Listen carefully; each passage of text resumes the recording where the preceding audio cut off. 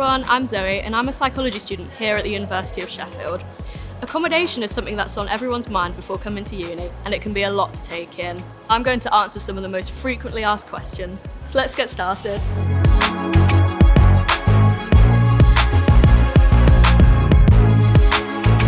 If you make the University of Sheffield your firm choice, you'll get an email from the admissions team inviting you to book accommodation online.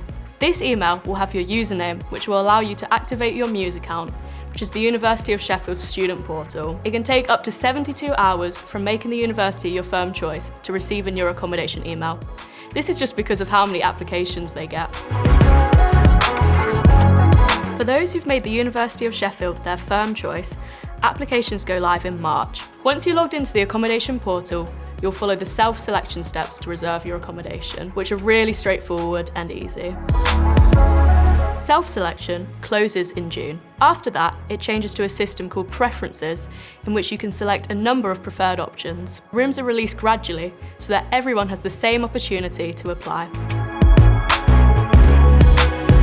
Confirmation and clearing, and students who've made Sheffield their insurance choice can apply for accommodation via the Preferences system after accepting their place through UCAS in August. Yes, you're guaranteed university accommodation, provided you apply before the deadline and meet a few specific conditions that you can read about in the video description. Another thing that's guaranteed is that you'll only live with other University of Sheffield students. You can choose your own building, flat and room when you apply through self-selection. You'll be able to filter room types to check availability and even calculate total rent at this stage. You'll also be able to set up a student profile for others to see. During the application process, you'll be asked if you want to set up a personal profile, which usually includes your screen name, age, identifying gender and a brief bio. Other students will be able to see your bio, which means everyone can choose to live with like-minded people if they want. It's completely up to you what you share here, and you also don't have to share a bio. If you don't, other applicants will just see occupied next to the room that you've chosen. If you're applying after self-selection has closed, the university will ask for your accommodation preferences, such as what location or room type you prefer. They'll then look to place you in a room based on this according to what's available. If you're applying this way, you won't be placed into a room until you have your results, which just helps the university provide you with the best option for you. So in other words, you don't need to rush it, you just need to really think through what you want. If you highlight on your application that you have a medical condition or a special requirement, this will be looked at by the university's accommodation team. There are adapted rooms to fit your needs available, and they're always happy to take this into account when allocating rooms. If you've got any questions about this, you can contact the accommodation office via the email address in the video description. The majority of university accommodation is mixed gender, but that doesn't mean you're guaranteed to be in a mixed gender flat.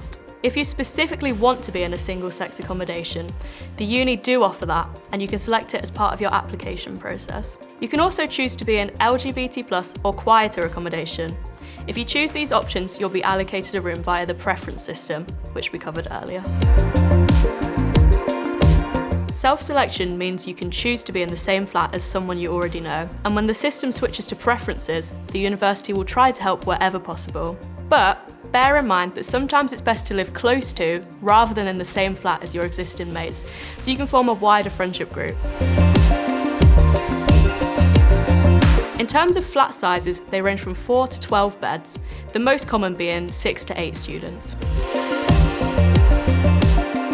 You can either pay in full or in instalments via a payment plan, where payment will be taken in line with when you get your maintenance loan. You'll also need to pay a £150 deposit to secure your accommodation reservation.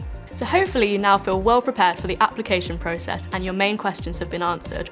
But remember, if you have any questions at all about any aspect of university accommodation, you just need to contact the accommodation team via the live chat, by email or phone. Good luck with it all, and hopefully we'll see you in Sheffield very soon.